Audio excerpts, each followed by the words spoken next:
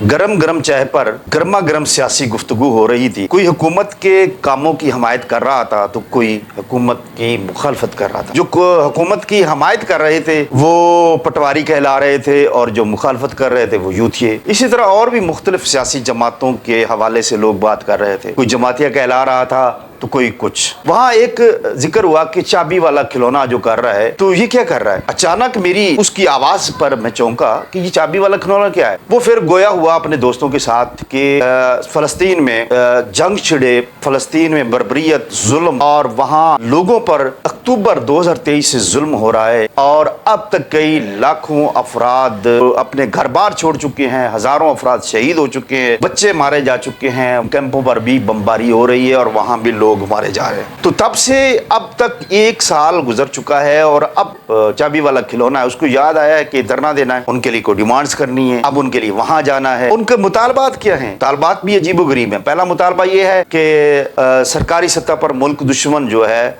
उसकी जो प्रोडक्ट्स हैं उन पर पाबंदी लगाई है सरकारी सतह पर। दूसरा मुतालबा ये है कि हमें वहां जाने दिया जाए। तीसरा मुतालबा है कि सरकारी सतह पर हुकूमत पाकिस्तान जिहाद का ऐलान करे। मैं सोचने पड़ गया कि चाबी वाला खिलौना है। चाबी वाले खिलौने की खुसूसियात ये है कि जब आप चाबी देते हैं और जब तक उसमें चाबी रहती है तो छोड़ते हैं उसे चाबी देकर तो वो बोलने लग जाता है, बक बक करने लग जाता है, टू टू करने लग जाता है, टाँ टाँ करने लग जाता है। और जब इसी तरह उसको चाबी जब तक रहती है तो वो हरकत भी करता है।